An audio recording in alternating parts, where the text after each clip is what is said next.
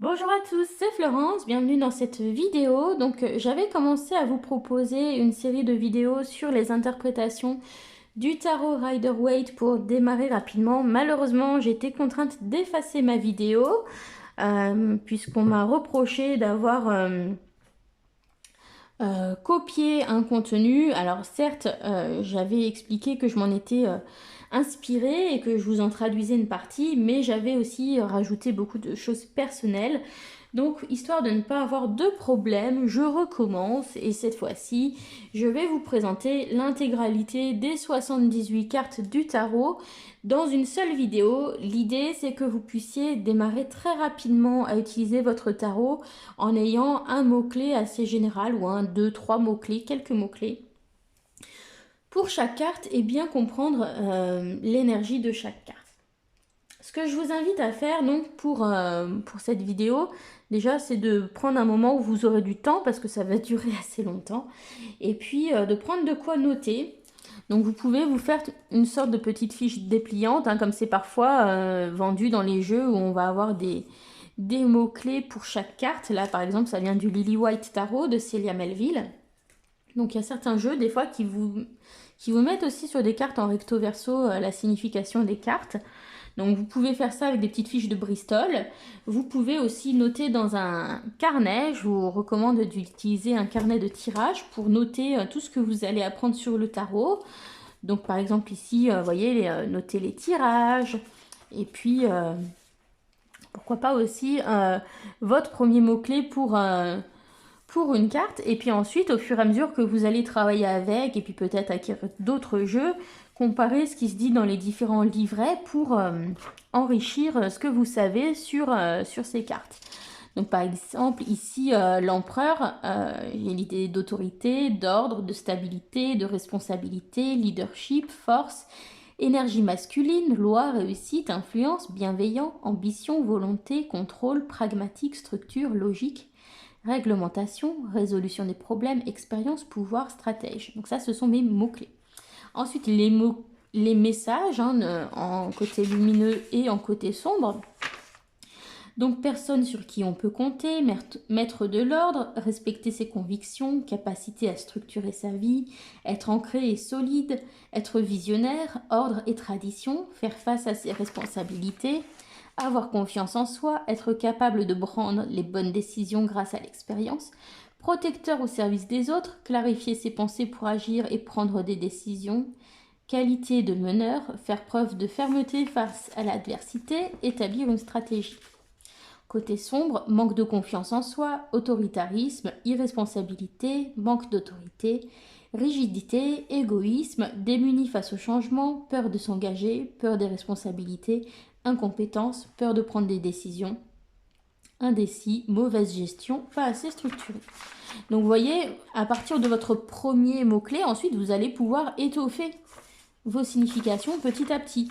Donc ça, c'est pas quelque chose que j'ai fait en claquant des doigts, c'est au fur et à mesure de mon expérience, j'ai rajouté des choses, au fur et à mesure que j'ai lu de nouveaux guidebooks de différents jeux aussi, que j'ai regardé des vidéos de différentes personnes et que j'ai trouvé des choses intéressantes dans la manière de voir une carte, hop, au fur et à mesure, j'ai rajouté tout ça. Donc c'est ce que je vous conseille de faire également. Et donc ça prend du temps. Donc ce que je vous conseille de faire, c'est de prendre des petites fiches Bristol pour faire vos petites anti-sèches en fait, où vous allez mettre vos 2-3 mots-clés principaux pour chaque carte. Et en mettant tout à la suite, comme ça vous aurez 3-4 fiches qui prennent pas de place et auxquelles vous pourrez vous référer rapidement. Si vous n'aimez pas les fiches Bristol et que vous voulez avoir sur les cartes, vous pouvez aussi acheter parfois certains jeux qui vont avoir des mots-clés dessus, pourquoi pas. Et si c'est pas le cas, vous pouvez les écrire dessus avec un petit marqueur très fin, en faisant attention que ce soit bien fait. Si vous avez dans l'option de découper les bordures d'un jeu, vous pouvez aussi l'écrire dans la bordure et puis plus tard découper si ça vous gêne. Vous pouvez aussi éventuellement écrire sur du washi tape et coller sur votre carte. Par contre, c'est vrai que l'option du washi tape, ça rend les cartes un petit peu collantes, donc pour brasser, c'est pas top top. Mais voilà, il existe plein de solutions. Donc voilà, aujourd'hui on va voir du coup comment se compose le tarot Rider-Waite et quels sont les significations principales, hein, quelle est l'essence des différentes cartes. Donc les deux jeux que j'utilise sont ceux-ci. On a le Modern Witch Tarot. Il existe en version française sous le titre Le Tarot de la sorcière moderne. Et le Lightseers Tarot de Chris Hahn, qui existe également en version française chez les éditions Arcana Sacra. Pour ma part, j'ai acheté les éditions américaines d'abord. Et voilà, comme j'ai pas de soucis avec le fait que ce soit en anglais, du coup, j'ai pas acheté les éditions francophones. Mais vous pouvez trouver ces deux jeux en version francophone. En tout cas, quoi qu'il en soit, un tarot, c'est un jeu de cartes composé de 78 cartes qui va respecter une certaine structure. Et c'est ça qui va différencier le tarot d'un oracle. Donc dans un tarot, vous aurez 22 arcanes majeures qui iront de la carte 0, qui est la carte du fou, jusqu'à la carte 21, qui est la carte du monde. Alors, on a différents systèmes de tarot. On a le tarot Rider-Waite, qui est celui peut-être le plus utilisé actuellement parce que dans les versions modernes, voilà, dans les illustrations modernes, la plupart sont faites par des créateurs américains qui suivent plutôt ce tarot anglo-saxon. On a le tarot de Marseille qui va avoir des arcanes mineures qui sont pas illustrées avec des scènes de vie. Et on a le Thoth. Et puis après, parfois, il y a certains tarots qui font un petit peu un mélange de plusieurs systèmes, qui font un peu leur truc à eux. Donc moi, je vais utiliser la base du Rider-Waite, parce que c'est celle que j'utilise. Voilà. Donc, dans un tarot Rider-Waite, comme je vous disais, on a 22 arcanes majeures qui vont de la carte 0 à la carte 21, qui vont représenter en quelque sorte les grandes directions de notre vie, hein, les grands axes, on va dire. Ensuite, on a 56 arcanes mineures qui sont réparties en 4 suites qui vont nous donner plus de précision quant aux différents domaines de notre vie. Donc, dans ces arcanes mineures, chaque suite va être numérotée de 1 à 10, puis suivie de cartes de cour où on aura le page, le cavalier, la reine et le roi. Alors, les cartes de cour peuvent représenter des personnes dans certaines circonstances, mais généralement, elles vont plutôt représenter des aspects de notre personnalité ou des traits de caractère. Voilà, donc c'est intéressant de prendre en compte la structure du tarot aussi quand vous êtes débutant parce que c'est quelque chose sur lequel vous allez pouvoir vous appuyer pour vous souvenir des significations des cartes. Donc vous allez pouvoir vous appuyer sur la numérologie et la progressivité dans les suites et aussi des éléments que représentent les différentes suites.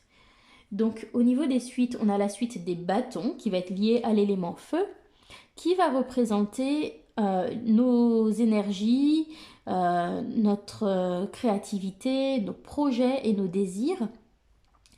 On va avoir la série des coupes associée à l'élément eau qui va représenter le domaine relationnel, les émotions et l'intuition. Nous allons avoir les épées qui représentent le domaine du mental et de l'intellect, mais qui va aussi souvent représenter un petit peu les épreuves de la vie. Et enfin, nous avons la série des pentacles qui est associée à l'élément terre, qui va représenter le domaine concret et matériel, donc notre corps, notre travail et nos ressources.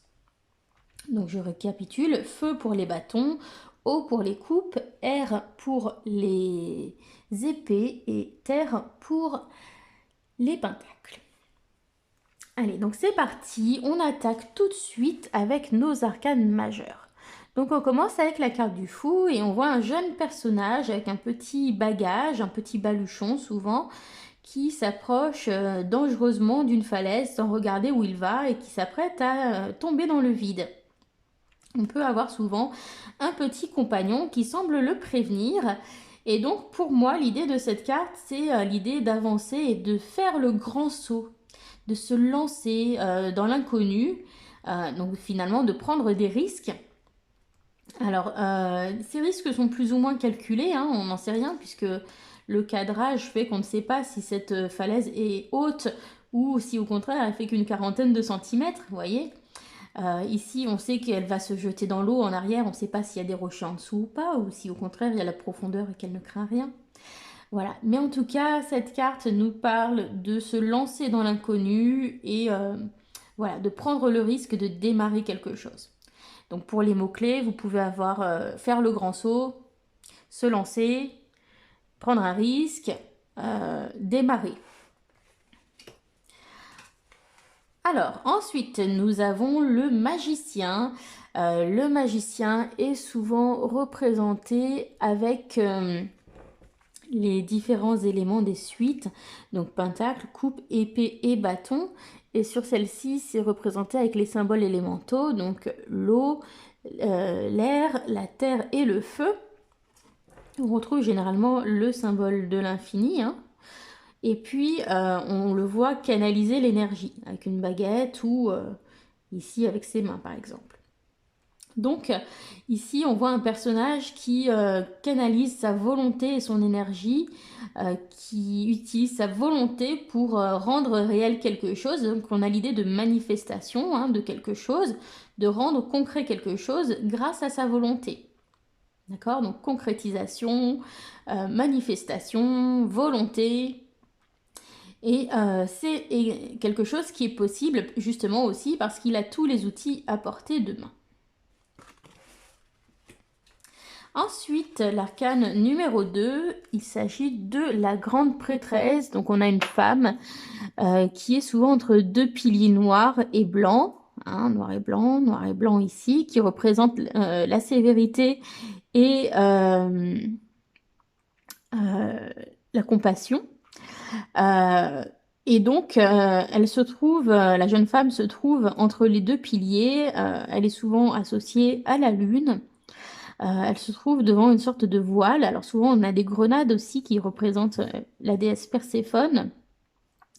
Et elle a souvent un manuscrit ou un livre ou quelque chose qui va représenter une sorte de savoir un petit peu secret, un peu mystérieux.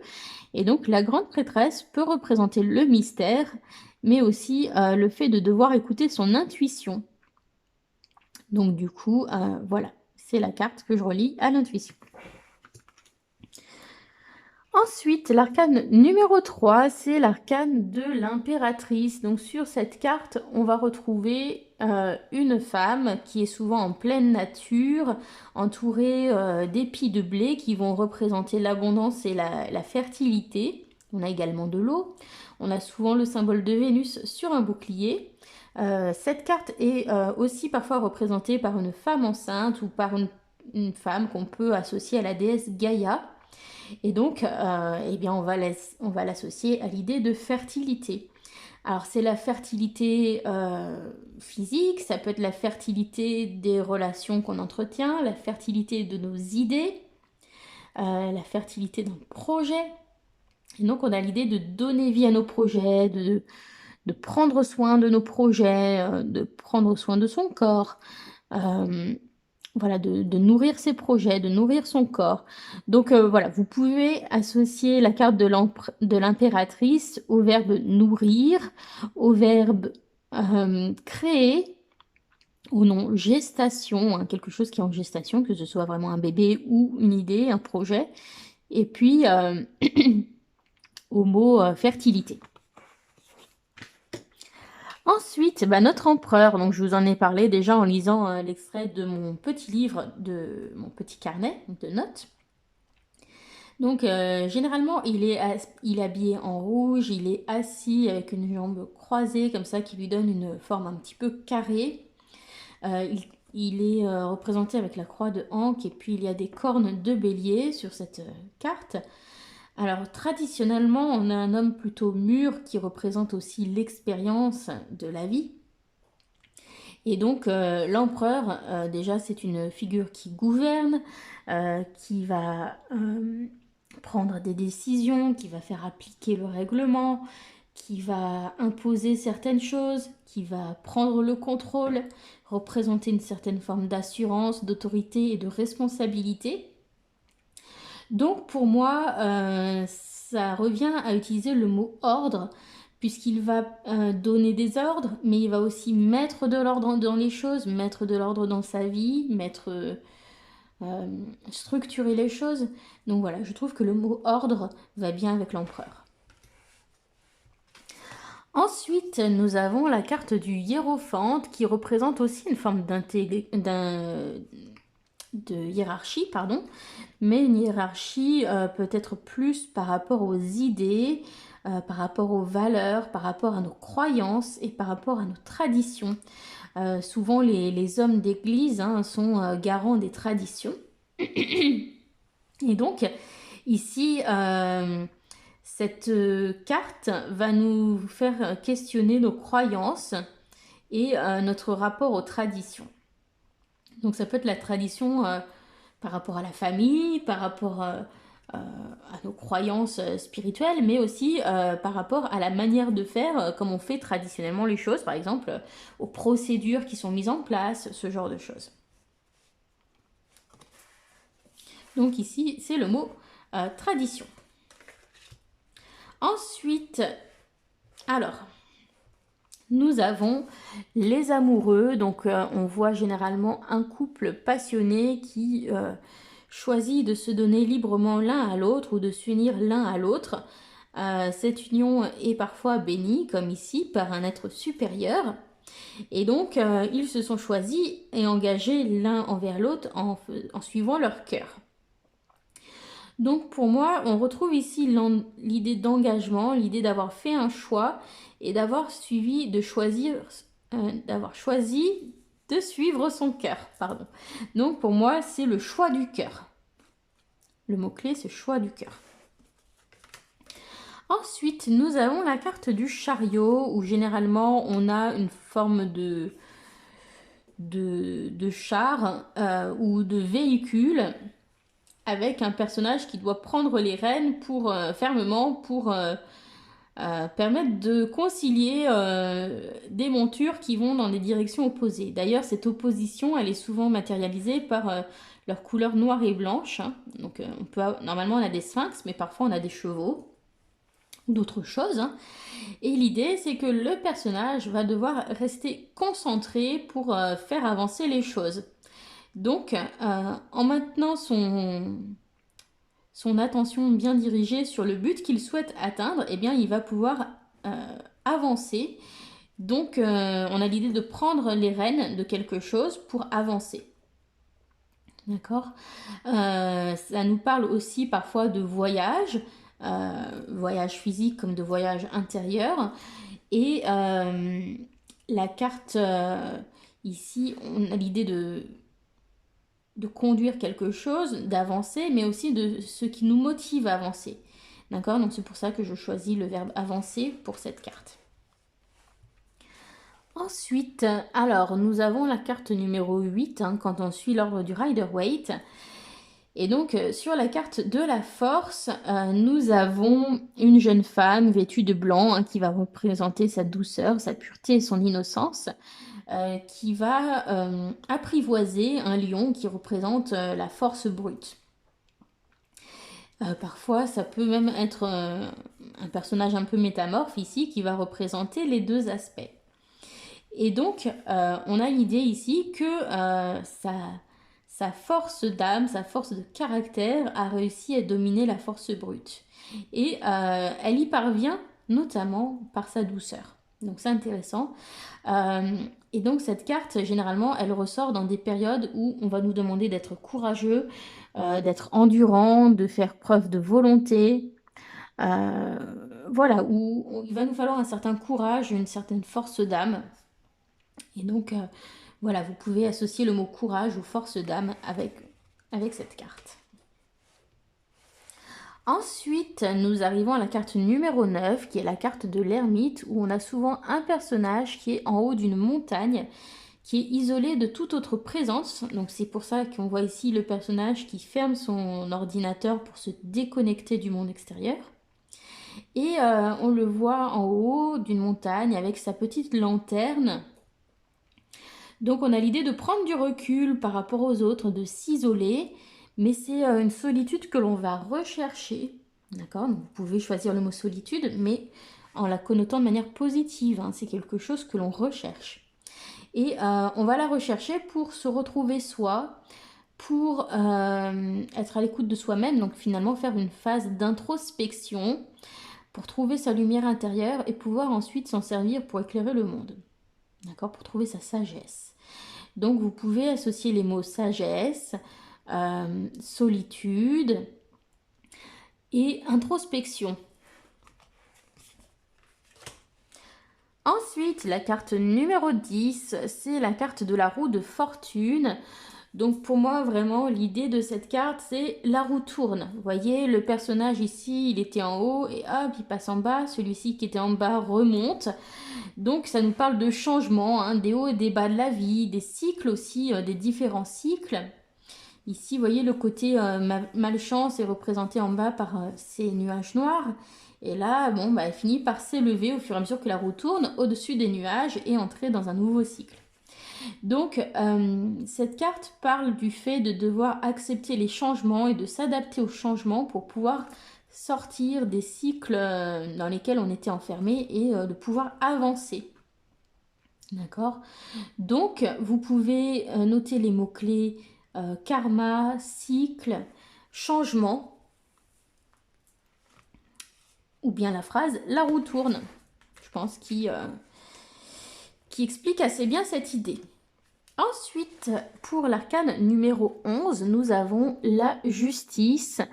Donc ici, la justice est représentée avec une épée généralement et des balances. Une balance. L'épée va représenter l'idée de trancher, de prendre une décision. C'est aussi un élément qui va permettre de défendre l'opprimé et de punir celui qui est en tort. Donc ça nous indique que nos actions ont des conséquences ou que les actions des uns et des autres ont des conséquences et que justice sera faite. D'accord?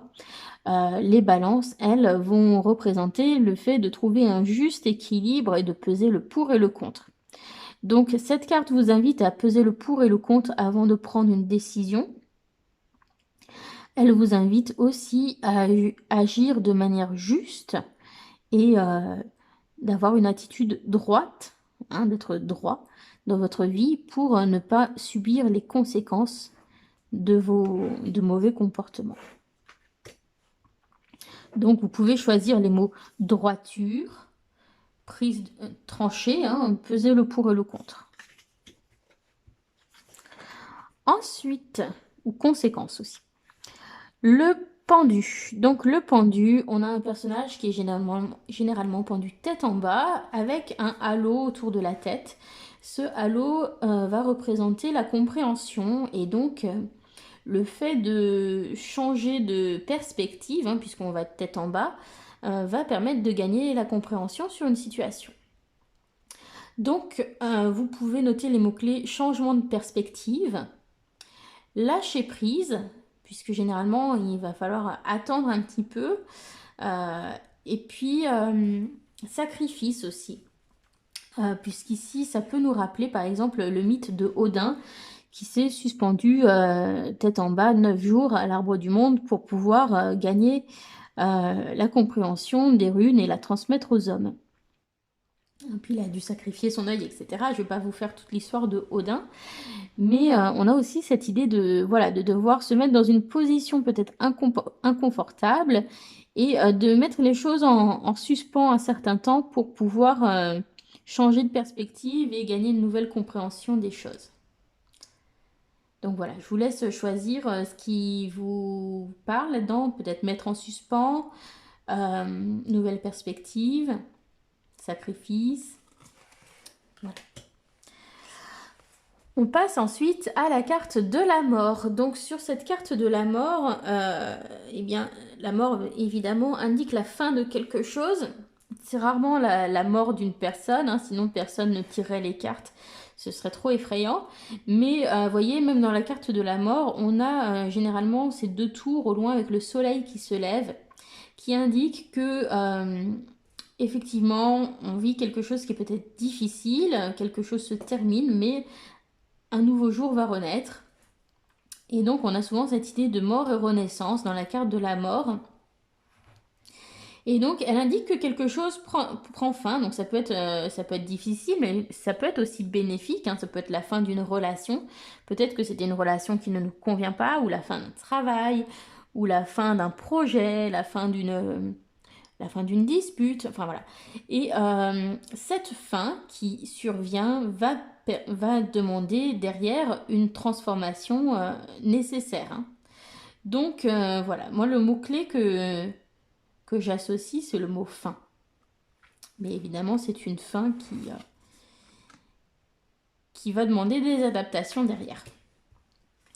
Ensuite, nous arrivons à la carte numéro 14 avec Tempérance. Donc sur Tempérance, on a un ange qui va créer une alchimie, soit entre deux coupes où il va faire échanger les fluides de l'une à l'autre, ou entre différents éléments ici, comme entre le soleil et la lune par exemple.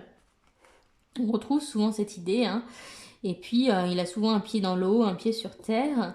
On peut avoir souvent des arcs-en-ciel aussi sur cette carte.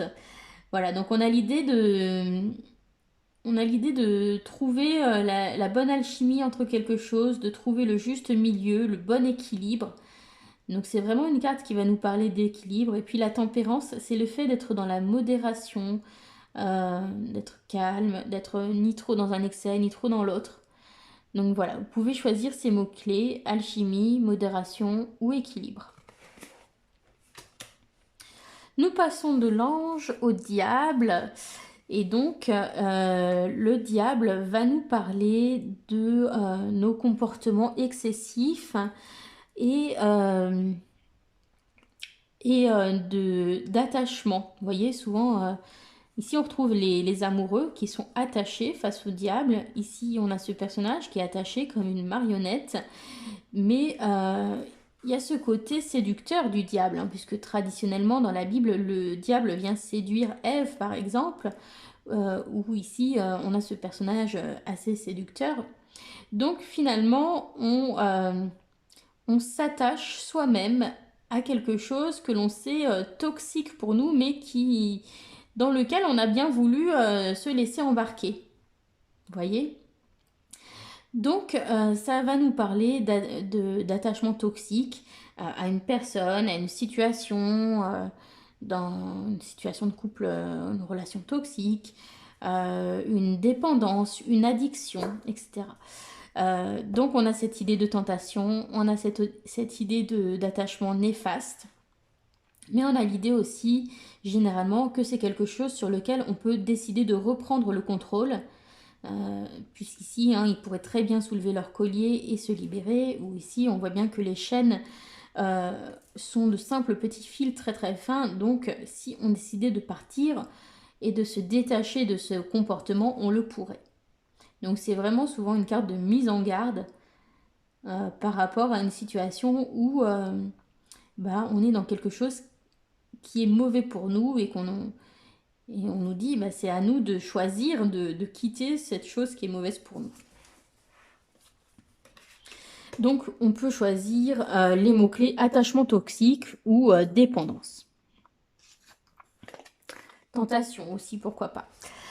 Ensuite, nous arrivons à la carte numéro 16, donc celle de la tour. Alors, c'est une carte qui semble assez violente et effrayante, puisqu'on a ces éclairs qui mettent le feu partout, les personnages qui sont projetés hors de la tour. Donc, on a vraiment la sensation que c'est une catastrophe, mais souvent, c'est plus une sensation qu'une catastrophe réelle. Par contre, le symbole qui est vraiment intéressant, je trouve, c'est cet éclair qui est soudain et qui va représenter une lumière soudaine sur les événements. Quelque chose d'un peu surprenant qui va venir nous secouer, nous surprendre et qui va venir ébranler nos certitudes, ébranler nos manières de faire, ébranler ce qui nous structure. Et donc, plus qu'une catastrophe, la carte de la tour, ça va être un bouleversement, un réveil soudain. Voilà. Alors, ensuite, nous avons la carte de l'étoile. On voit ce personnage qui va représenter une atmosphère très très douce après cette énergie de la tour. hein. Donc c'est l'idée du calme après la tempête, d'un apaisement, de sérénité. C'est une carte aussi qui va représenter l'espoir et la guérison.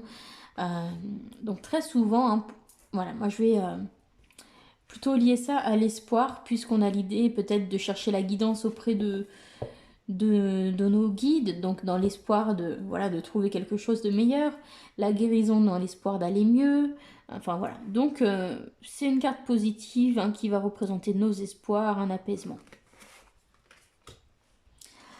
Ensuite, la carte numéro 18, c'est la carte de la lune. La lune, c'est une lumière faible qui va éclairer à travers les ombres. Donc, ce qu'elle nous fera voir, ce sera peut-être pas tout à fait la réalité. Donc, on peut être parfois un petit peu dans l'illusion avec la carte de la lune.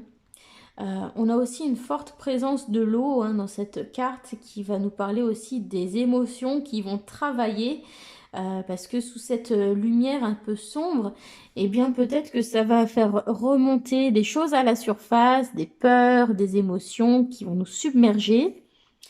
Et donc pour moi, la lune, c'est une carte qui nous invite à travailler sur nos ombres, sur les choses qui nous font peur, sur les choses qu'on refuse de voir, euh, sur, voilà, sur nos illusions. Donc, quand cette carte apparaît, c'est que on va être dans un moment où il y a des choses qui vont nous brasser et que, eh bien, il va falloir chercher à comprendre ces petits trucs qui nous dérangent, qui nous submergent pour pouvoir avancer et avoir une meilleure compréhension de là où on va. D'accord? Donc, c'est la carte que j'associe aux ombres, au travail de l'ombre, shadow work. Alors ensuite, bah là encore, hein, vous voyez, on a un contraste assez saisissant quand on passe de la lune au soleil. Et là, par contre, on a la pleine lumière sur les événements. Donc, ça va nous parler d'illumination, de clarté, de compréhension totale des choses. C'est aussi une lumière chaleureuse qui va représenter la joie, le bonheur, la récolte, la positivité. Donc, voilà, c'est une carte excellente. Voilà, qui va représenter pour moi la lumière, hein, tous les aspects lumineux de la vie. Ensuite, nous avons la carte du jugement, qui est la carte 20. Donc, c'est l'avant-dernière carte des arcanes majeurs, où on a généralement un ange qui vient ressusciter les morts en soufflant dans sa trompette. Donc, on a l'idée d'entendre l'appel de quelque chose. Et quand on entend cet appel, eh bien, il ne tient qu'à vous d'y répondre, de tirer le bilan de ce que vous avez fait pour pouvoir évoluer et atteindre le stade final. Donc pour moi, vraiment, les mots-clés que j'associe à cette carte, c'est répondre à l'appel ou entendre l'appel de quelque chose et puis évoluer. Voilà, sortir un petit peu de sa torpeur et évoluer. Tirer le bilan, hein, voilà, pour pouvoir évoluer. Et donc on termine sur la dernière arcade majeure qui est celle du monde, où on a cette couronne qui entoure le personnage principal avec ce symbole de l'infini. On peut aussi souvent retrouver l'Ouroboros. Donc on a l'idée que quand on arrive à la carte du monde, eh bien la boucle est bouclée, on a fait le tour du monde, on a fait le tour des choses. Et donc, ça nous parle d'accomplissement, de quelque chose qui s'achève. On va pouvoir en profiter un certain temps avant de décider vers quoi se tourner, vers quelle nouvelle expérience repartir à zéro. Donc voilà, la boucle est bouclée, achèvement, accomplissement. Donc on démarre notre série des bâtons qui, je vous le rappelle, est associée à la créativité, au désir, à l'énergie et au projet. Donc ici, on vous tend un bâton souvent, hein, dans l'as de bâton. Donc il ne tient qu'à vous de saisir ce pouvoir peut-être personnel qui vous est offert. Ou ça peut nous parler aussi de saisir l'inspiration. voilà, d'être inspiré par quelque chose. Je trouve que particulièrement dans le Light Seers Tarot, ici avec cette flamme à ce niveau-là, on a l'idée d'une flamme d'inspiration. Voilà. Donc l'as des bâtons, c'est l'inspiration. Dans le 2 des bâtons, on a le personnage qui est entre deux bâtons, qui surplombe un petit peu le monde, qui a un peu le monde à portée de main et qui contemple un peu ce qui se passe au loin. Donc il est dans une situation où il contrôle bien tout ce qui se passe autour de lui et maintenant, eh bien, il ne tient qu'au personnage de décider de, euh, de là où il va pouvoir concentrer sur quoi il va vouloir concentrer son énergie. Dans quoi est-ce qu'il va vouloir s'impliquer. Et donc on a l'idée on a une idée de décision. Donc c'est pour moi l'idée de devoir sortir de sa zone de confort. Donc vous pouvez noter ce mot, sortir de sa zone de confort, ou bien voilà, choisir dans quoi s'impliquer. Choisir dans quoi s'impliquer. Donc c'est plus des petites phrases que des mots-clés vraiment, mais voilà, vous pouvez aussi le reformuler à votre façon. Dans le 3 des bâtons, on voit un personnage qui est face à la mer. Souvent, on a des bateaux, on ne sait pas s'ils partent ou s'ils reviennent. Mais ici, on a vraiment l'idée, vous voyez, avec son pied là qui est en mouvement, que ça y est, on se lance dans quelque chose, on a mis les choses en route. Donc vraiment, ici, c'est l'idée de démarrer, hein, voilà, de se lancer, de mettre les choses en route. Voilà, mise en route. Pour moi, c'est le mot-clé. Sur le 4 des bâtons, on a souvent ces 4 bâtons avec des guirlandes de fleurs, on a parfois des mariés en dessous. Donc on a l'idée de stabilité, de fêter quelque chose, de célébrer quelque chose. Donc peut-être célébrer quelque chose qui vous apporte de la stabilité. Donc célébrer la stabilité, ou ça peut être tout simplement le fait d'arriver à une étape importante, voilà, de sa vie. Donc une étape importante. Donc ça peut être par exemple un CDI, ça peut être le fait d'emménager ensemble, un mariage, voilà. Donc les mots-clés que je vous propose, c'est célébration, étape et stabilité. Ensuite, nous avons le 5 des bâtons, où on a des personnages qui ont souvent l'air d'être en train de se battre, mais souvent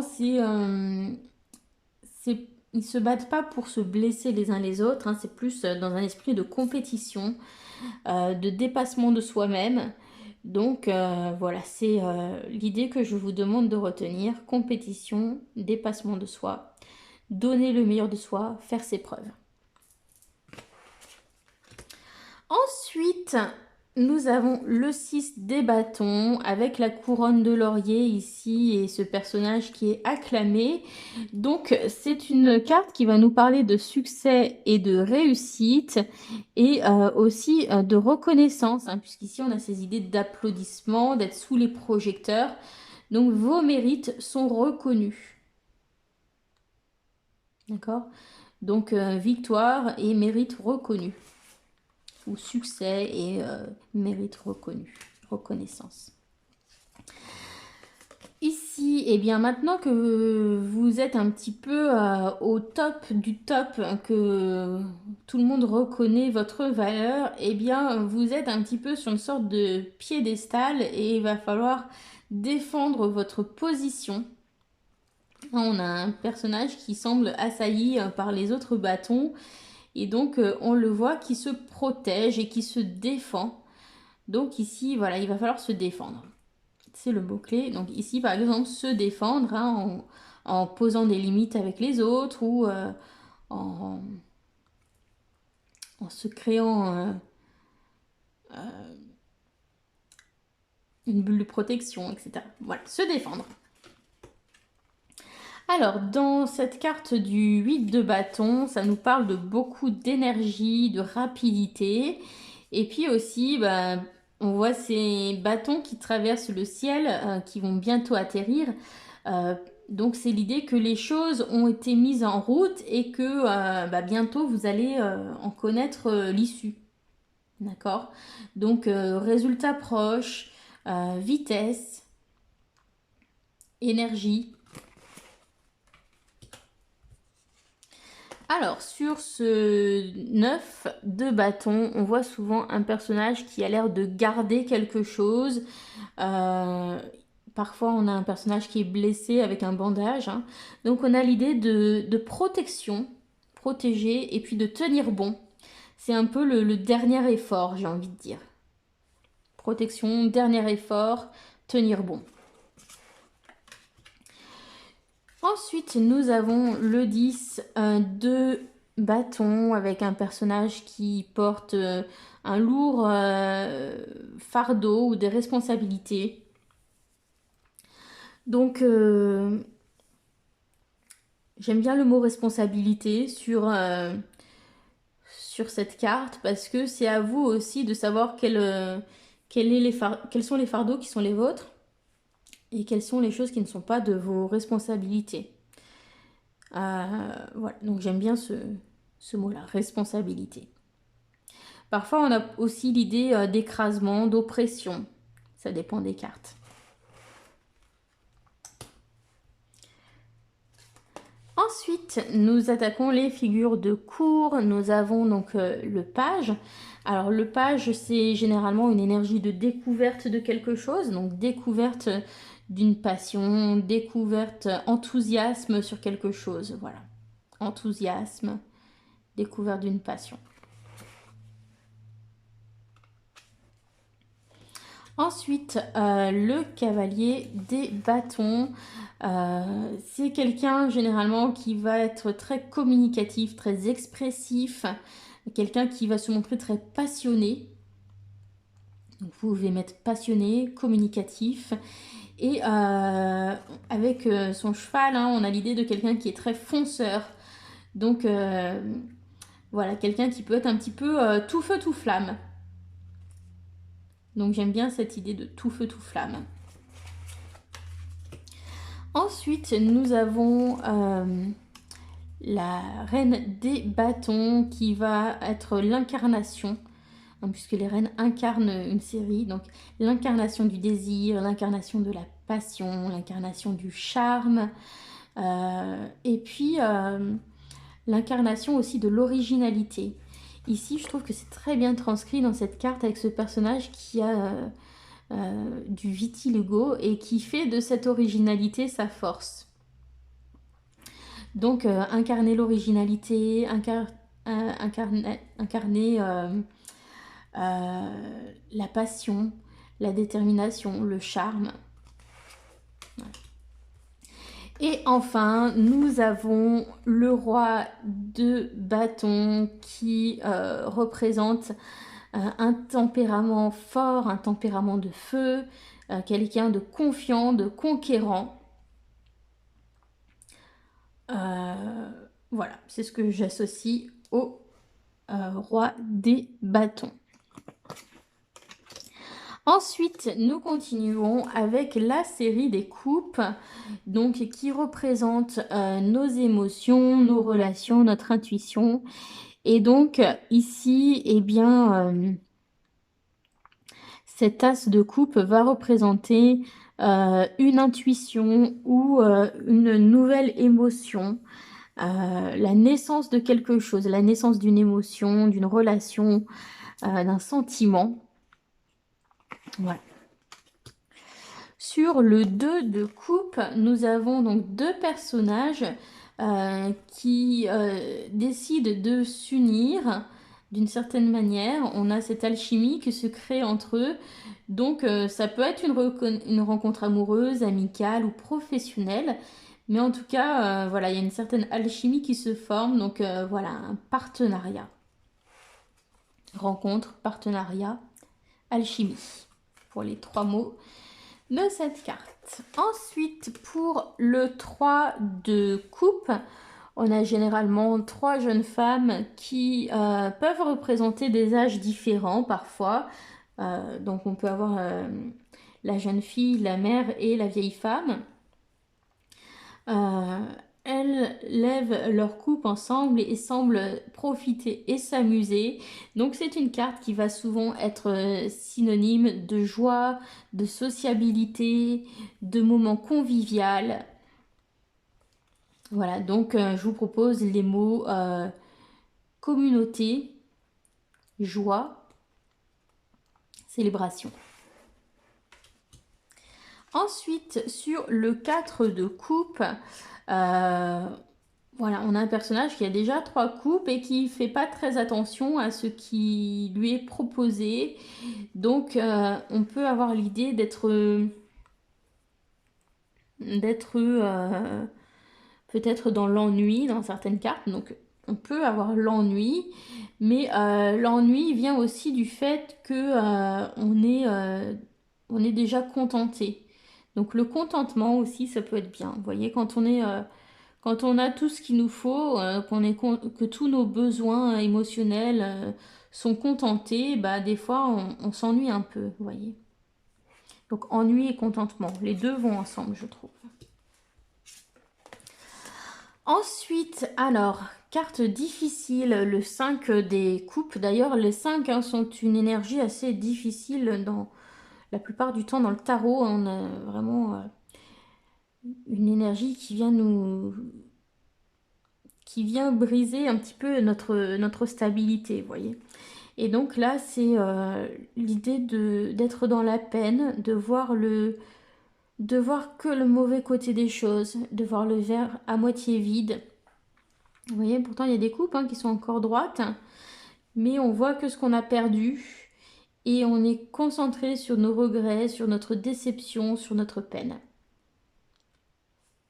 Donc voilà, les mots-clés sont verre à moitié vide, pessimisme, dépression, voilà, voir le verre à moitié vide. Je trouve que l'idée de voir le verre à moitié vide, c'est vraiment ce qui représente le mieux cette carte.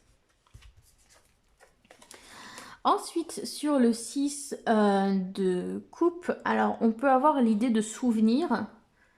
Donc souvent, voilà, on a un personnage qui offre une coupe à un enfant plus jeune qui lui ressemble. Donc soit on peut avoir l'idée de partager quelque chose, de créer des souvenirs ensemble. Ou alors ça peut être l'idée de se replonger dans ses souvenirs. Donc j'aime bien utiliser le mot souvenir pour cette carte. Ensuite, le 7 de coupe, le personnage est souvent confronté à un choix. Mais c'est un choix où on n'y voit pas très clair et on est un petit peu perdu. On se demande ce qu'il faut choisir et tous les choix ne sont pas aussi bénéfiques les uns que les autres. Est-ce qu'on va faire le choix du cœur? Est-ce qu'on va faire le choix de la réussite? Est-ce qu'on va faire le choix de l'argent? Est-ce qu'on va faire un choix de la tentation? Est-ce qu'on va faire un choix destructeur? Voilà, donc on a l'idée d'être confronté à un choix difficile. Donc vous pouvez mettre l'idée choix difficile ou indécision. C'est la carte de l'indécision. Et ça peut être aussi la carte de l'illusion parce que certains choix ne sont pas forcément aussi positifs que ce que l'on peut percevoir. Donc indécision et illusion. Vous pouvez aussi vous dire que tout ce qui brille n'est pas d'or quand vous avez cette carte. Ensuite, le 8 des coupes, on voit ces coupes qui sont là et le personnage qui décide de leur tourner le dos pour partir vers autre chose. Donc, on a l'idée de nouveau départ, nouvelle quête, envie de changement. Alors, le 9 de coupe, c'est la carte du bonheur, des souhaits exaucés, de la satisfaction. Voilà, quelque chose qui nous rend vraiment heureux, qui nous fait plaisir. On est dans le plaisir dans le 9, souvent. Enfin, pas dans tous, pas dans le 9 des épées, clairement. Mais Que ce soit dans le 9 de coupe ou dans le 9 de pentacle, on retrouve cette idée de plaisir. Et donc, voilà, satisfaction, vœux exaucés, bonheur, plaisir. Donc là, c'est un bonheur plutôt individuel. Et dans le 10 des coupes, ça va être un bonheur partagé. C'est vraiment l'accomplissement émotionnel, l'accomplissement relationnel, familial. Le bonheur partagé. Ouais, bonheur partagé, je trouve que c'est vraiment une carte qui fonctionne bien sur cette carte. Profitez du bon temps ensemble. On arrive aux pages de coupe.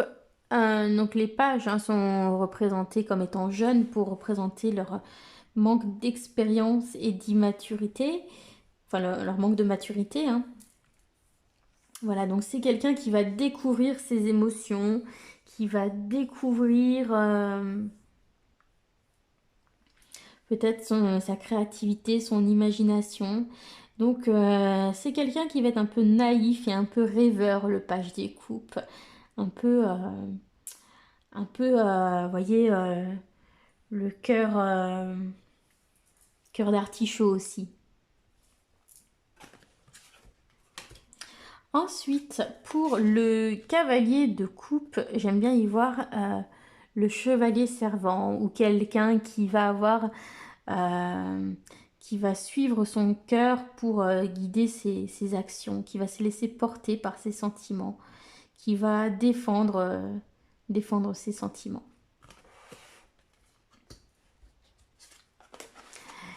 La reine des coupes, elle, va représenter l'empathie. Elle peut représenter aussi la guérison, l'intuition. C'est quelqu'un qui va être pleinement immergé dans ses émotions, qui va être en pleine connexion avec ses émotions, qui va être ouverte aux autres. Alors attention du coup, parce que parfois cette empathie peut lui causer des soucis. Donc vraiment le mot empathie, c'est un mot que j'aime beaucoup pour la reine de coupe. Et on arrive au roi de coupe. Donc c'est un roi qui va maîtriser ses émotions, puisque les rois nous parlent de maîtrise. C'est quelqu'un qui maîtrise ses émotions, mais qui va aussi faire preuve de compassion lorsqu'il va prendre des décisions. Donc compassion et maîtrise des émotions. On arrive à la série des épées qui sont à relier à l'intellect, au mental et aux difficultés de la vie.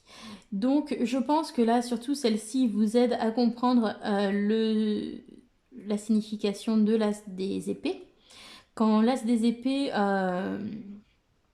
vous est tendu, l'épée vous est tendue pour vous aider à trancher, vous aider à y voir plus clair, à dissiper les doutes et les nuages. Et finalement, c'est un petit peu ce moment de révélation où on a cet éclair de génie. Et bah, c'est un peu ça l'énergie de l'as des épées. Donc, je vous propose les mots-clés clarté ou épiphanie.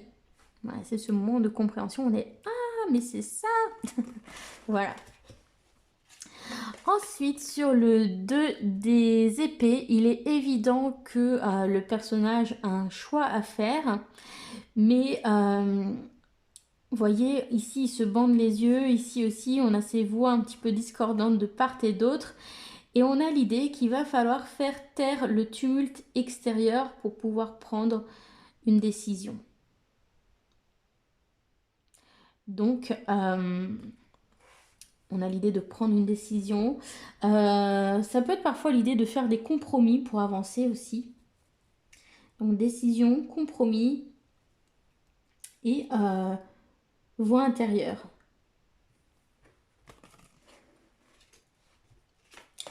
Alors, sur le 3 des épées, on a une énergie sur le Rider-Waite où on a ce cœur qui est blessé, qui saigne. Ici, on a même l'idée de quelque chose de très difficile. On peut avoir l'idée de séparation aussi dans le 3 des épées. Et donc, ce 3 des épées, ce cœur brisé ou raccommodé, etc., va nous parler des choses qui nous ont blessés, qui nous ont fait de la peine, qui ont des émotions qu'on a eu du mal à vivre. Mais pour autant, on n'est pas dans la série des émotions, on est dans la série de l'esprit, du mental. Et donc, quand le 3 des épées sort, on nous dit attention à ne pas être blessant, à ne pas blesser les autres. Donc pour moi, on va avoir le mot blessant. On va avoir le mot peine qui ressort. Mais on a surtout l'idée aussi que notre esprit, c'est ce qui va nous permettre de surmonter cela. Donc on a l'idée de surmonter.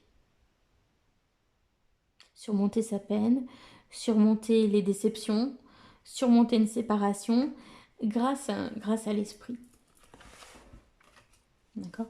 Donc peut-être tirer les leçons aussi des épreuves que l'on traverse.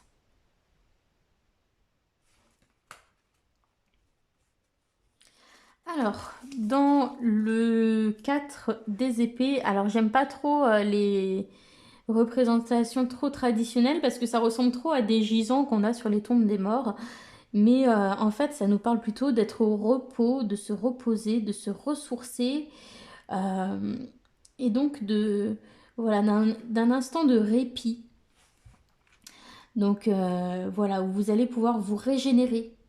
Donc répit, repos, régénération, ce sont des mots que j'aime bien pour ce 4 des épées. Et des fois, dans certains jeux, on a l'idée de structurer ses pensées et d'organisation. Donc je vous propose aussi organisation. Parfois, l'organisation, hein, c'est ce qui va vous permettre d'avoir un mental plus calme aussi. Alors que si c'est le bordel et que rien n'est organisé, vous allez plus paniquer, vous voyez. Ensuite, le 5 des épées, donc on a l'idée de victoire ou de défaite. Hein, mais si c'est une victoire qui n'est pas forcément pour votre plus grand bénéfice, quoi. Soit c'est une victoire coûteuse, une victoire qui va vous coûter dans le futur, ou alors ça peut être voilà, le fait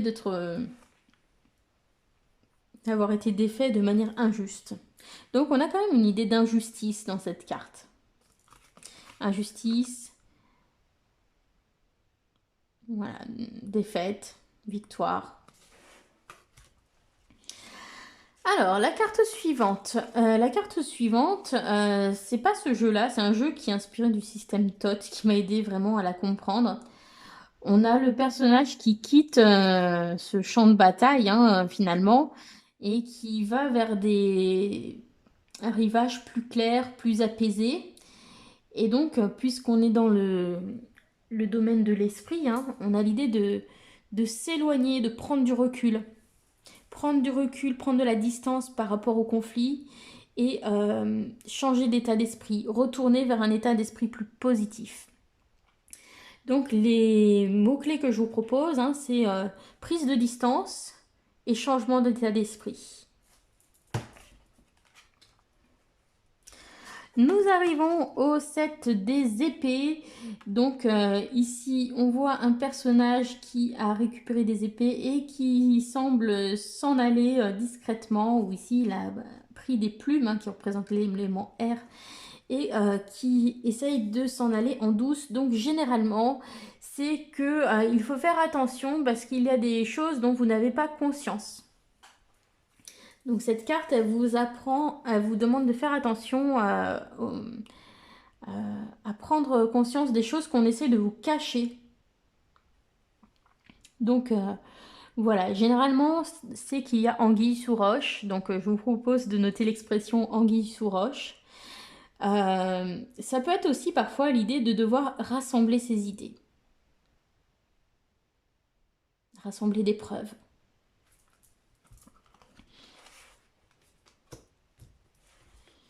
Ensuite, le 8 des épées, on voit un personnage qui semble prisonnier Et il est prisonnier de son mental, il est prisonnier de ses idées. Donc on est dans les idées limitantes. Je vous propose le mot idée limitante. Hein, puisque il a plein d'épées à proximité, donc il pourrait très facilement se libérer. Mais voilà, c'est souvent la sensation d'être bloqué dans une situation, que rien ne va, qu'on ne peut rien faire, un sentiment d'impuissance.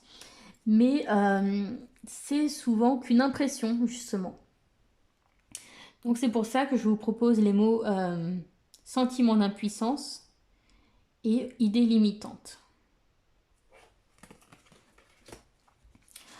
Ensuite, le 9 des épées, donc on a souvent un personnage qui est éveillé la nuit, qui semble avoir fait de mauvais rêves, des cauchemars, on a parfois des monstres qui représentent la peur, etc.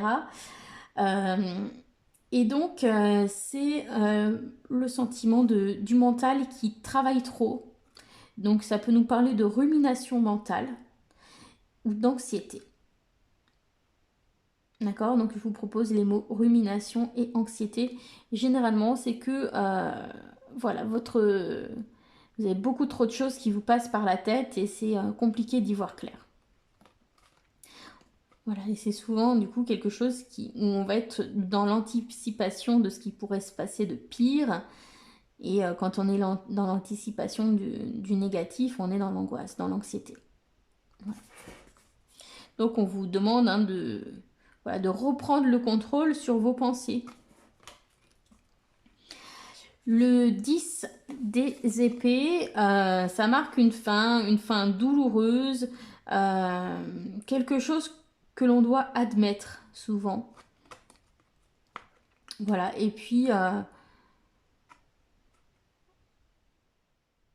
voilà, on atteint le bout de quelque chose. Bon, bah ça a marché, ça n'a pas marché. Bah voilà, maintenant il va falloir repartir. D'accord? Donc c'est une fin, ça peut représenter un sentiment d'échec. Mais voilà, il faut repartir.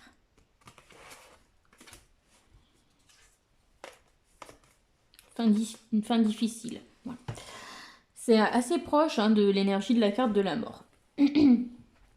Alors ensuite, le page des épées. Je trouve qu'ici c'est très très facile à comprendre. Ça nous parle de curiosité intellectuelle, d'apprentissage, de découvrir des connaissances. Voilà, donc curiosité intellectuelle, apprentissage, nouvelles connaissances. Ensuite, le cavalier des épées. Donc comme tous les cavaliers, on a ici, enfin la plupart des cavaliers, on a l'idée de vitesse, de foncer. Et donc ici, de défendre, quelqu'un qui va défendre ses idées, défendre ses opinions. Voilà, défendre ses idées, défendre ses opinions. Moi, c'est vraiment ce que j'associe avec le page des épées. On a aussi parfois l'idée de réponse, d'une réponse qui va arriver très prochainement, quand on est un peu plus en divinatoire. La reine des épées. Alors, la reine des épées, vous voyez ici, elle a sa coupe qui est derrière des barreaux. Donc, on a les émotions qui sont un peu mises de côté parce qu'elle va incarner la raison. C'est quelqu'un qui va fonctionner avec sa tête et qui va incarner la logique et la raison. Donc, vous pouvez mettre les mots logique, raison.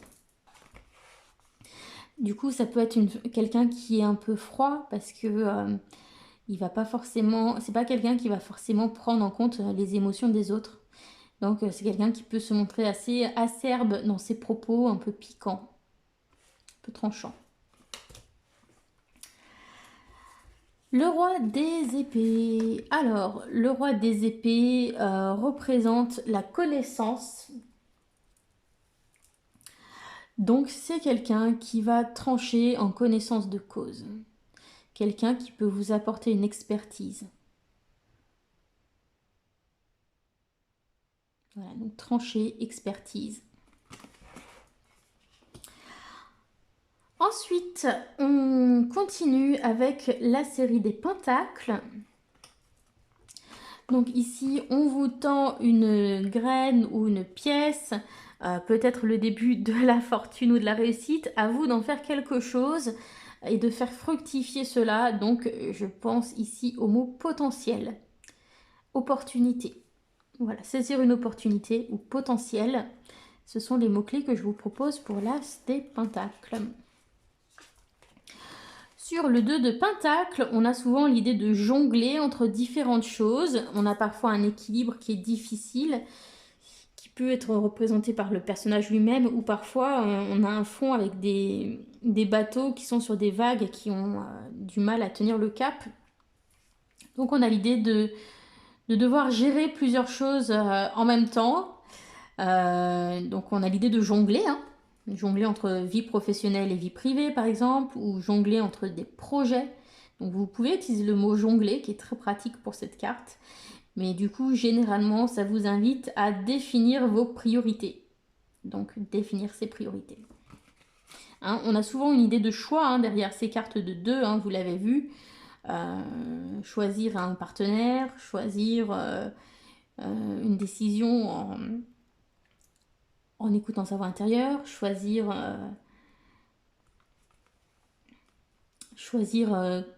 dans quoi s'impliquer. Et puis là, voilà, priorité, donner la priorité à quelque chose. Voilà. Alors, sur le 3 des Pentacles, on a souvent l'idée de collaboration et que nos compétences les uns aux autres sont complémentaires. Et donc, on a l'idée de travail d'équipe, de création artistique, de démarrer les choses aussi, hein, de choses qui commencent à prendre forme. Donc, ça dépendra de vos tirages, hein, mais voilà l'idée de travail entamé, collaboration, travail d'équipe. Ah, mais on a l'idée que l'union fait la force et que vous arriverez à un meilleur résultat en travaillant à plusieurs plutôt qu'en travaillant tout seul de votre côté.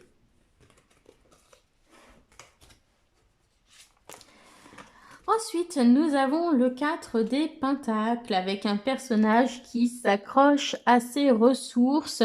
Donc ça nous parle de stabilité et ça nous dit aussi que ce n'est pas le bon moment pour dilapider son argent.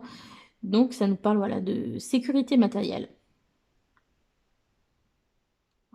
Donc attention à ce que cette sécurité ne vous empêche pas de vivre hein, et de ne pas verser dans l'excès qui serait l'avarice. D'accord? Mais tout simplement, c'est sécurité matérielle, sécurité financière.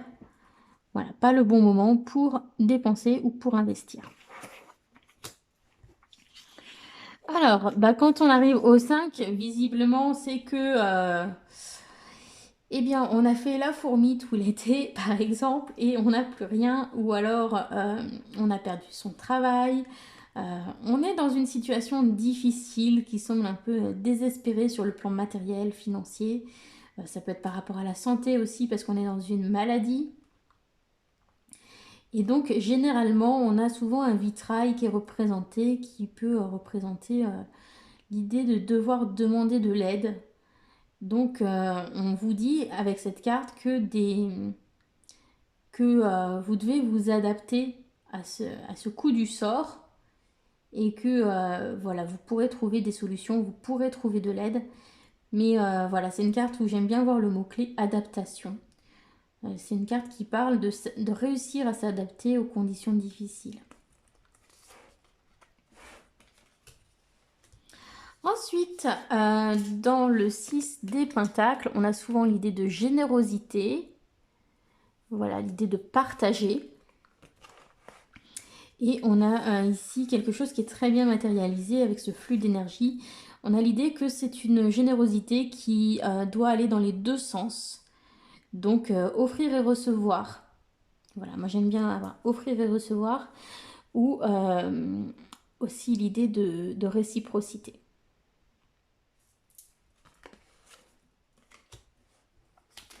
Ensuite, ici, nous avons la carte du 7 des Pentacles. Donc, On voit que beaucoup d'amour et d'efforts a été mis dans un projet pour le voir grandir. Et donc, on est dans une phase où il faut patienter pour attendre de voir les fruits de votre travail. Donc, j'aime bien utiliser le mot patience pour le 7 des pentacles. Voilà, on vous dit que ça va bientôt payer. Vos efforts vont porter leurs fruits.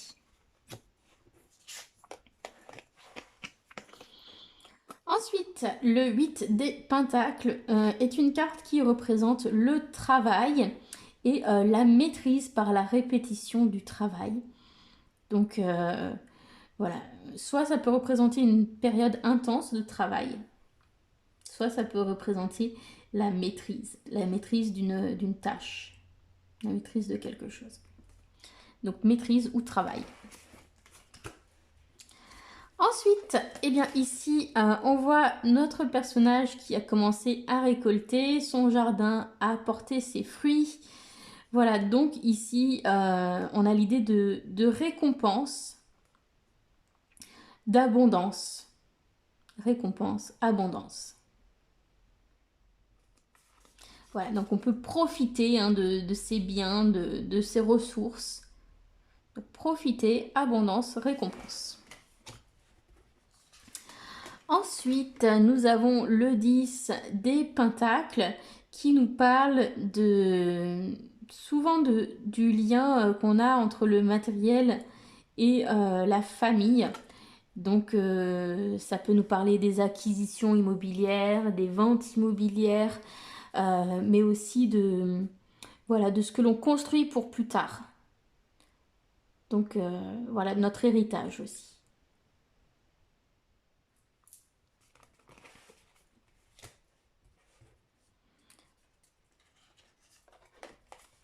Alors, le page des pentacles. Donc le page des pentacles, vous voyez ici, il a son sac à dos qui lui donne un petit côté un peu écolier. C'est quelqu'un qui va apprendre à maîtriser une compétence. Donc c'est l'apprentissage d'une compétence, la découverte d'une compétence. Ça va être l'idée aussi d'imaginer un projet et voilà, de planifier un projet. Planifier des tâches. Donc planification, acquisition de compétences. Développer des compétences. Ensuite, le cavalier des pentacles, on voit que c'est le seul cavalier qui ne se précipite pas. C'est quelqu'un qui va être travailleur, qui va représenter la fiabilité. Quelqu'un qui avance doucement mais sûrement. Donc, doucement mais sûrement. Fiabilité. Responsabilité. Voilà. Ensuite, nous avons la reine des pentacles qui représente souvent une figure assez maternelle. Elle peut être représentée avec voilà, des choses qui symbolisent la famille, qui vont symboliser l'abondance aussi. Donc souvent, je la vois un petit peu comme une figure maternelle, quelqu'un qui va être une bonne hôtesse de maison, vous voyez, qui s'occupe des autres, qui s'occupe de son chez-soi, qui s'occupe des autres. Voilà, donc s'occuper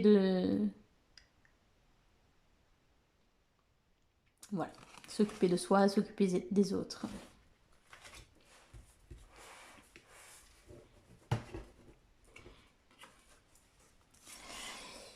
Et on termine avec le roi des pentacles. Donc le roi des pentacles, c'est un petit peu le roi Midas. C'est quelqu'un qui représente la réussite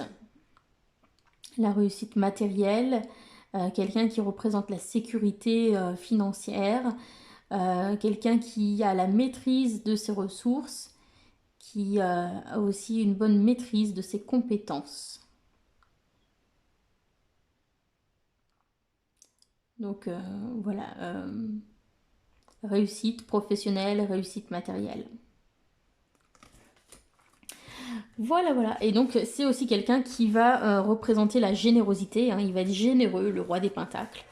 D'où ici son côté un petit peu barbe blanche et cheveux blancs qui rappelle un peu le Père Noël. Voilà.